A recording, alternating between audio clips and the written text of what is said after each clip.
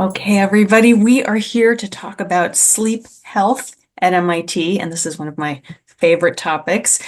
I'm Zan from Community Wellness at MIT Health, and we're going to go over a few highlights and hot topics in sleep health. But before we do, I just want to go over the fine print first. So this workshop is for informational purposes only, intended for general information, not to be relied upon to suggest a course of treatment, and don't use in the place of a consultation with or the advice of one of these smart people, a physician, a qualified care provider, or a therapist. Don't delay in seeking advice or disregard advice from one of those smart people because of something that we read, hear, or see in this workshop. So today's topics are to understand the components of good quality sleep. What is it we're talking about when we're talking about good quality sleep? How to strengthen your sleep health, and how to use MIT resources for sleep health and overall well-being. And first, most of us know this by now, but sleep is a very active time for your brain and body. So it may seem like we're just lying there, still, drooling, nothing's happening, but this is an incredibly important time for physical rebuilding. So in other words, tissue repair, your hair, your skin, your nails, your muscles are all being grown and repaired during this time. Growth hormone is being secreted. It's an incredibly important time for emotional health. So this is a time that weaves together emotional experiences during the day into something that can be more psychologically healthy for you. It's a time of waste removal in the brain. So any metabolic products that have built up from a hard day are being cleared from the brain during sleep. And it's a time for memory consolidation, strengthening of the material that we learned during the day, and taking it from more short-term storage area to long-term storage. So incredibly active time. It's also a primary drive, like eating, breathing, or drinking water. It's not an inconvenience. It's not extra time or wasted time. It is just as foundational as these other things that we think of as primary drives. So, given how important it is and how good it is for us, how can I get my best sleep? So the first thing to know is that almost none of us is a short sleeper, meaning someone who gets by with fewer than 6 hours a night. That's the usual cutoff. Fewer than 6 hours a night with absolutely no downside. Where there's this very, very tiny percent of the population that has a genetic mutation that allows them to feel optimally rested. They would have no added health benefit if they got more sleep, and they are getting, 4 or 5 hours of sleep. For the rest of us, the vast, vast majority of us, we need somewhere in the 7 to 9 hour range. No one is the average person, so you may be anywhere in that range of time. Don't compare your sleep need to someone else's sleep need. We're all different. But for some people, it may be more like 10 hours, and for others, it may be more like 6 hours. So you can see there's an incredibly wide variety of sleep needs among us. And again, it's one of those things that's unique to you. It's a little bit of a preset in your system, so we need to be getting that amount on a regular basis. And some of the indicators that you may not be meeting your sleep need are that if you feel sleepy about 2 hours after you wake up for the day, so in other words, you've had enough time to get over that morning grogginess called sleep inertia, that first fog of the day, and you've been awake for a little while, your brain should be at its optimal alerting kind of state, alert state. And if you're still sleepy then, that may be a sign that you're not getting enough sleep. And at the other end of the day, if your head hits the pillow and you don't remember anything and you're out within 0 seconds of getting into bed, that's another sign usually of an accrued sleep debt or some kind of, unmet sleep need. So think about those two ends of the day for yourself and, start to puzzle out if you feel you're meeting your sleep need or not.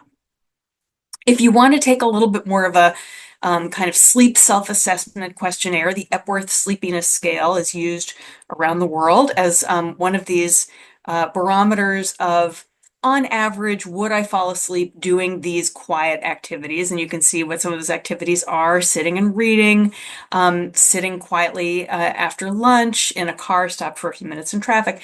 So you can take this scale, you can find it online and give yourself, the score and read a little bit more about Epworth. And the other thing to know about the best quality sleep is that the brain loves a predictable sleep schedule. The brain is a predictive organ. It anticipates when routines are coming, so that if you want to have a really nice sleep architecture that looks like this, where you start in your wake at the beginning of this, all the way on the left-hand side, start in your wake state, and then you go down into deep slow wave sleep, and then you come back up. You may have a little period of REM sleep, and then you go back down into deep sleep, come back up, have a little period of REM. So all night long, we're going through these cycles, which could be 70, 80, 90 minutes long, the full sleep cycle, to go down into a deeper state and then up into a lighter state of sleep, and then have a REM period. Um, You'll notice that much more of our deep sleep is apportioned at the beginning of the night. So that's really the bulk of deep sleep is happening at the start of the night. And the bulk of REM sleep, those black bars at the top of each sleep cycle, is happening preferentially toward the second half of the night. So we want to get both halves, and we can't skip any of them. All the sleep stages are important. Deep sleep is not the only important sleep stage. These lighter stages of sleep are also important. REM is important. So if we want to get all those stages, we have to have a nice regular sleep schedule, not an erratic schedule, so the brain knows to go into these various stages at the right time. So erratic schedules lead to erratic sleep and loss of certain kinds of sleep. So if you go to bed later than usual, your brain may not get as much slow wave sleep, that deep sleep toward the first half of the period. And if you wake earlier than usual, you may miss up to 90% of your REM sleep because it's so clustered toward, long toward the second half of your sleep period. So, when we sleep regularly, the brain gets all of these, tends to get all of these very regularly timed stages of sleep. So one of the ways to help get the brain into that nice regular routine is to be really aware of your daily rhythms. And again, just like sleep need, the number of hours that you need, everybody's daily rhythms are a little bit different. So don't compare yours to anyone else's. So all day long, the body is on this circadian cycle where different things are being prioritized at different times. And you'll see there's a time when your melatonin secretion starts, and 2 hours later, your body will feel sleepy and then goes into deep sleep preferentially, and then your body's temperature drops. And then as we get closer to wake time, your blood pressure starts to rise, your melatonin secretion. You can see the whole cycle is just beautifully orchestrated. All is being conducted by the master clock in the brain. So there are all these peripheral clocks in the body that are going through this beautiful orchestration, all conducted by the master clock in the brain. And that doesn't just include sleep. There are all these other cycles. So it's really helpful for the whole body to have a very rhythmic routine and very regularly scheduled sleep. If you want to get a sense of your own circadian preference or your own circadian type, like am I more of a morning lark? Am I more of a night owl? Or am I somewhere in between? You could take this morningness, eveningness questionnaire. You can also find this online, the MEQ. And this will ask you a number of questions about what time you think you'd be best suited for doing a hard workout, what time you think you'd be best suited for taking a hard test, a hard cognitive test. And the one question, you can take the whole questionnaire, it's very interesting, but the one question that tends to predict your outcome better than any of the other questions tends to be, have I always thought of myself as more of a morning person or more of an evening person or somewhere in between? People tend to have a pretty good sense of their own, they were told as a child, even as a child, you used to, sleep until such and such a time, or it was always hard to get you into bed, or, whatever it is. So many people will be able to tell, even without a questionnaire, what their circadian preference is. But the way you sleep on vacation is usually, can be a good marker for that. Or take this questionnaire if you think it would be fun. And then once you have a sense of your own circadian rhythm, you want to make the most of your own natural pharmacy of melatonin. So the brain makes melatonin. It makes melatonin when we've had about 14 hours of wake and the skies get dark and the brain starts to secrete melatonin a couple of hours, maybe an hour or two before we start to feel sleepy. So we want to seek a lot of light in the morning so that 14 hours later, our brain knows to start making melatonin at the right time. And we want to have a lot of darkness and relaxation, quiet wake at night. So the quiet and the dark at night will, again, make the most of when the melatonin does secrete, your body will be primed and prepped for sleep. Do melatonin supplements promote sleep? Well, there are no long-term studies on melatonin for regular use. Most of the studies have been done on short-term use for things like jet lag. But the effects of melatonin supplements tend to depend on things like, am I in a quiet, restful, relaxed state when I take the melatonin, or am I sitting up, totally exposed to light, out in the middle of a social scene? It's chances are the melatonin won't be able to overcome that amount of alerting around you when you take melatonin. Melatonin is not a sleeping pill, it's a darkness hormone. So it's telling the brain it's dark and it's time to start to quiet down. Um, but any of this extra alerting that you may be, surrounded by could suppress any sleep promoting effects or quieting effects of the melatonin. And again, it's meant to promote quiet wakefulness rather than drowsiness. So there's some reliable sources of information about melatonin and dosage and things like that on the web.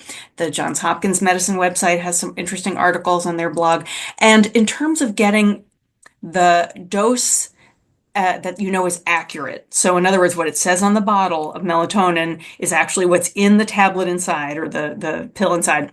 The American Academy of Sleep Medicine recommends looking for the USP verified label on your melatonin supplement, so that you're sure that what you're getting is a accurate reflection of the dose. Okay, and so some of the information that's been gleaned from this melatonin research on jet lag is encapsulated in this article, this very useful article by Dr. Sack, who gives some recommendations. If you travel, if you're crossing time zones, this could be a helpful article to read. It's just jet lag by, Sack. And in terms of using melatonin for insomnia, the European Insomnia Guideline that was just updated in 2023 did mention melatonin as a possible adjunct to treatment for adults ages 55 and over. This could be because after a certain age, we tend to make less melatonin. So it's recommended or part of an adjunct package for adults with insomnia 55 and over. And the recommendation from the European guidelines is prolonged release, or you'll see sustained release or prolonged release on the package. And that's for up to 3 months to see if it's helpful. But their top line recommendation for insomnia is cognitive behavioral therapy for insomnia, and most other medical societies do have this as their first line treatment for insomnia, CBTI. So we've talked about getting sleepy and we've talked about getting quiet, but then there's the other end of the day when we have to get up. And when you're trying to start a new routine where you're trying to be on a really regular cycle, it's a good idea to get up at the same time every day, because then the melatonin is optimally secreting at night and the brain is optimally sleepy at the right time. So we want to start getting up at the same time each day to start making that the wake time, the anchor to make the bedtime even better. And that leaves us with, how do I make getting up in the morning easier? It can be so groggy and foggy to try to start a new wake up habit. So there was this nice study of a protocol called Rise Up. And this is 6 potential things that help with alerting in the morning to help burn off what's called sleep inertia, that foggy feeling in the morning, faster, and to not prolong it, at least not prolong sleep inertia. And you don't have to do all 6 things in this protocol. You could pick a couple that you think are reasonable for you, but see if you want to try this out. The first part of this protocol is to refrain from hitting the snooze button. Don't set a million snooze alarms and get these little blobs of 5 or 10 minutes of sleep over and over again. Because first of all, those are not restorative amounts of sleep. They're not considered high quality sleep. They're not really bringing anything to the party in terms of this muscle and tissue repair or emotional, and memory consolidation. They're just prolonging the inevitable. So those are not considered good quality sleep. And it would be more recommended to, if you have to set multiple alarms, set them all for the same time and just get up once. And you don't have to be like little Mary Sunshine when you get up in the morning. You could just sit up, take your blankets with you, go sit in a chair, but something that brings your body from this position to an upright position, gets your head and your ears and your whole kind of proprioceptive sense upright. That's the only ask, is that you get up once. And then within that first hour of waking, do something to increase your activity. And again, for some people, that's as much as just going and sitting in a chair and not lying in bed scrolling. For other people, they might want to do more active things like get up and start making breakfast or get up and do some exercise. Splashing cold water will be alerting in the morning, so showering or washing your face immediately. Exposure to bright light, preferably sunlight for those of us who don't get up with the sun. Turn on bright lights as needed. Overhead lights can be helpful. So these are the first parts of Rise Up. It's refrain from snoozing, increase activity, take a shower or splash cold water, expose to sunlight. And then some people like to make an upbeat playlist for the morning, create some upbeat music to listen to. And for others, it's more cognitively alerting to talk to someone. So if you have someone who you could phone or who could phone you to help you with this process of getting up, talk with a housemate. It's not in the literature, but I have found that even listening to a slightly complicated topic on a podcast or an audiobook helps with that cognitive alerting for me. So anything that kind of gets the brain going. These are all different ways of getting physical alerting, right? Cognitive alerting, the alerting from the light, and a couple of these things pinned together could be a good sleep inertia beating protocol for those of us who are trying to get up at the same time each morning. Okay, so I came up with this little mnemonic to help remember the most important parts of good sleep quality. Of course, it stands for sleep. So we're going to talk about strengthening circadian rhythm, letting go of the day, expending energy to get the best quality sleep that we can, eating and drinking well for sleep, and then prioritizing our sleep health. And I hope by the end of this, you'll feel a bit motivated to prioritize. So strengthening circadian rhythm really has to do with light, consistent morning light within the first hour of waking. Again, is an incredibly important time setter for your brain and time setter for your next night's melatonin secretion. So we want to seek bright daytime light. We want to be sitting in bright rooms or outdoors if possible. If you have heard about light boxes or these light, kind of bright light boxes, 2000 lux light box can help with circadian rhythm. Lux is a measure of amount of brightness of the light. So you could look for 2000 lux for circadian rhythm. If you sit in a bright, sunny indoor room, it could be 3000 lux. So that could be doing that job for you. But all of these bright light, sunlight, exposures during the day also have the side benefit of perhaps helping decrease the sensitivity that we have to blue light at night. So if we're looking at a screen, looking at, something on a screen at night, it may be that the bright light that we get during the day makes that blue light at night just much less impactful. And we've maybe all heard the research about blue light on the screens delays or suppresses melatonin or alerts the brain in various ways. That's very variable from person to person, but the bright light during the day appears to have a good effect at washing out the effects of that blue light at night. So just as much as we seek light during the day, we seek darkness at night. That means turning the screens more dim, going into night shift mode so it's more orange and less blue.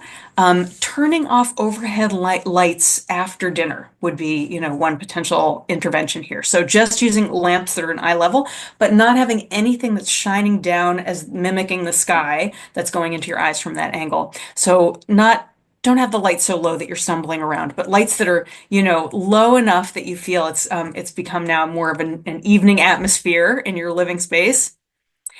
And there are many questions still about whether screens are messing up our sleep at night. So this is so individual because some eyes are more sensitive to blue light than others. And there could be a tendency for young people to have a clearer lens of the eye and therefore get more blue light from the screen than people who are older and have a less clear lens. So that's one factor of sensitivity. Some people are more awakened by their active screen time.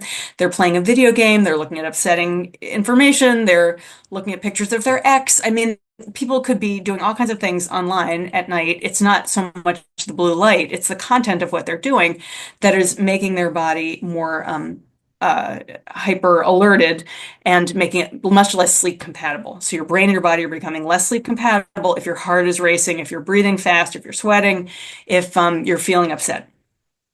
And some people are just using screens to displace sleep. I intended to go to bed by 11 and then 11:30 and then midnight, but I went down a YouTube rabbit hole and I just never got out.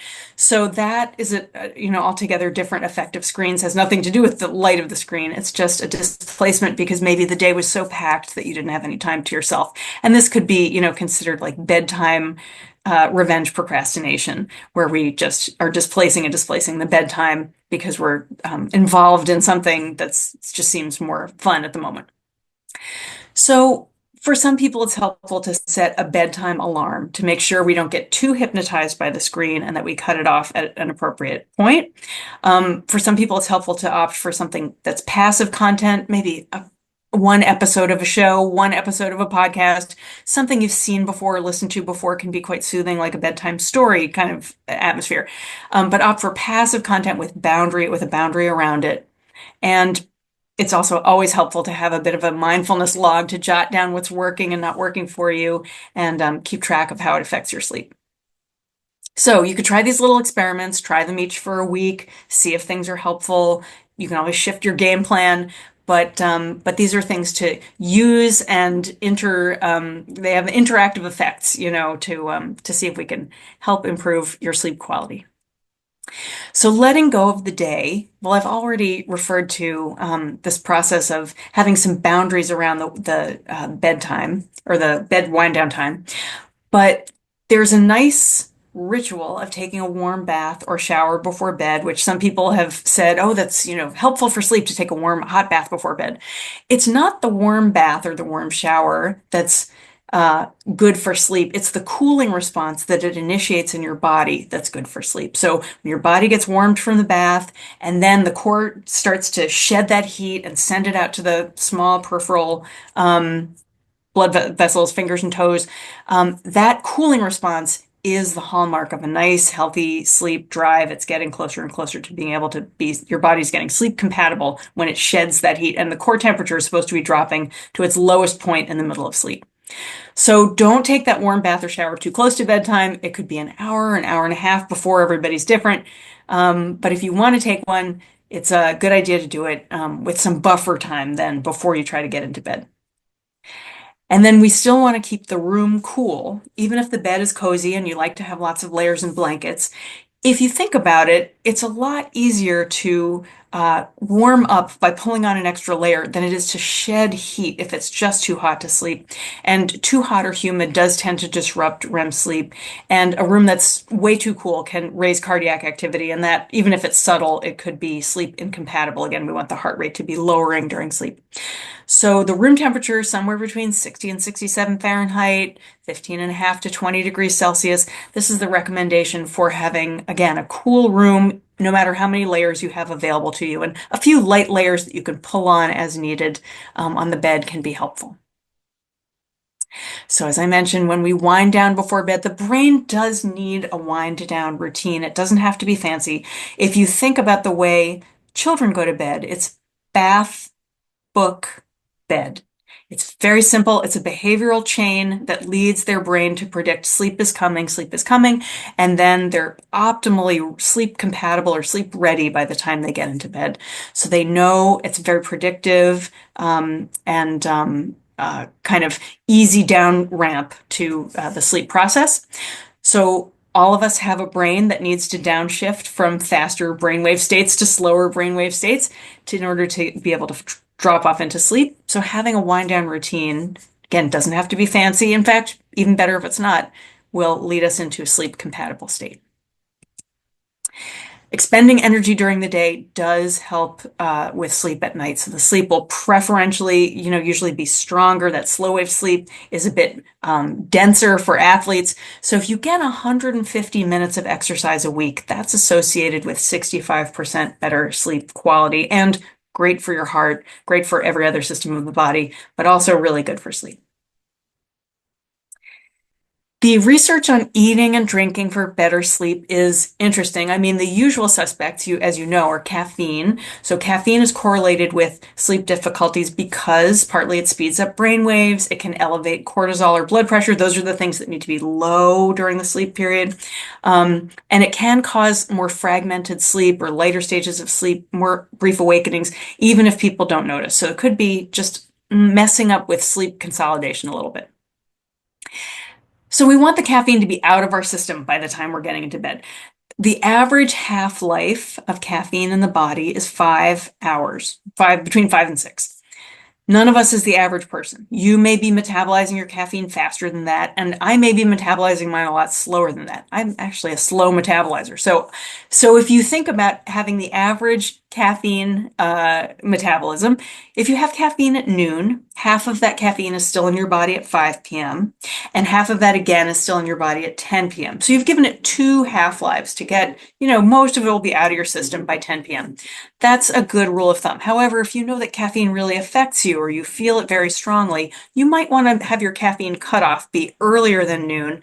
For my kind of system, it's right after breakfast. That's when I eat my dark chocolate and whatever I have, the most excitement of my day is like first thing in the morning, and then all of that stuff is out of my system by bedtime. Alcohol, as we, may know, can induce people to feel sleepy right before bed, but it actually messes with sleep architecture, that nice, beautiful wave-like pattern that we saw before, and it results in more fragmented, less restorative sleep. And over time, it can also increase the body's cortisol during sleep time, which is, again, meant to be at its lowest point during sleep. And cortisol is a stress hormone meant for action, so it's really it's not a sleep, it's the enemy of deep sleep. The nutrition trends are interesting. More research is coming out on this now, and nutrients from colorful fruits and vegetables have been associated with better sleep. Now, this is a correlation, right? Not a causation, but interesting to think about having a very whole foods, kind of very colorful diet could have a real sleep benefit or at least be sleep compatible. Foods with lower glycemic index. So again, these are whole foods, high fiber foods, foods that are slow to digest, not highly processed foods. These are associated with less risk of insomnia. So again, a whole foods diet. These are all pointing towards, surprise, surprise, whole foods diets. And daytime sleepiness and less restorative sleep are also have an association with less water consumption. So again, it's a correlation, but if you think you might want to drink more water or get more hydrated during the day, of course, not right before bedtime, but front loading your hydration during the day could be one of those little, easy, free things that could improve sleep. But the general guidelines are that spicy, acidic, and high-fat foods can be uncomfortable to have in the system before bed, partly because of acid reflux, partly because if the body gets too hot and all the digestion, kind of heat is building up, again, that's not compatible with the core temperature dropping.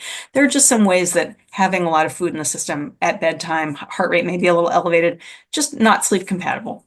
We don't want to be too hungry or too full at the end of the night.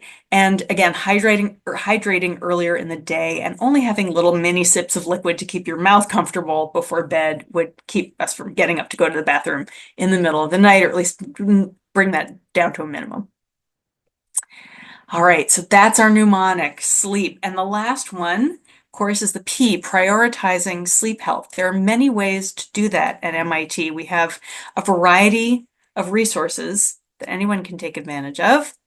So in Atlas, there's a Learning Center course called Sleep 101. It's about a 40-minute course with all these different little components on caffeine, napping, lab safety, various little things. So you could take any one component of the course. You could take the whole course. It's a great course for anyone who just wants the primer on sleep health. And you can get a nutrition consultation if you're interested in some of the dietary recommendations that have been talked about. So MIT HR, My Life Services, has a nutrition counselor who can talk to you, and the MIT GAIN program for graduate students has a nutrition counselor who can talk to you. And the My Life Services program also provides sleep coaching. So you can get several sessions of sleep coaching through My Life Services as an MIT employee or household member or postdoc and household member. The MIT Employee Health Plan has a mind-body reimbursement of $150 for meditation, massage, apps to help with calming and centering the mind. So you can use that $150 for any of a variety of different mind-body wellness activities, including apps. And it's a good idea to check it out on your health plan benefit page if you haven't already. There's more food and sleep information that's kind of MIT specific at the doingwell.mit.edu website and the wellness.mit.edu website. Physical activity and stress reduction, of course, is available through our rec sports partners and our Department of Athletics, Physical Education and Recreation. And you can get your health care and your mental health care at MIT Health. So, if you want to listen to any of these live or recorded mindfulness and relaxation offerings that we've created for right before bed, for once you're already in bed, for if you wake up and you can't get back to bed, there are a number of these recordings at the wellnessclasses.mit.edu website. And I'll just put in a plug for the MIT Sleep Line, which you can call anytime, day or night. It's a recording. It takes about 3 minutes to listen to. It'll help you let go of some of the thoughts from the day, relax a little bit through the muscles, breathe a little bit more calmly, and that could help you drift off to sleep. My voice puts people to sleep all the time. I'm not insulted. This is just one of those things that you might try in a pinch. So thank you for your time, and please feel free to get in touch if you have any questions.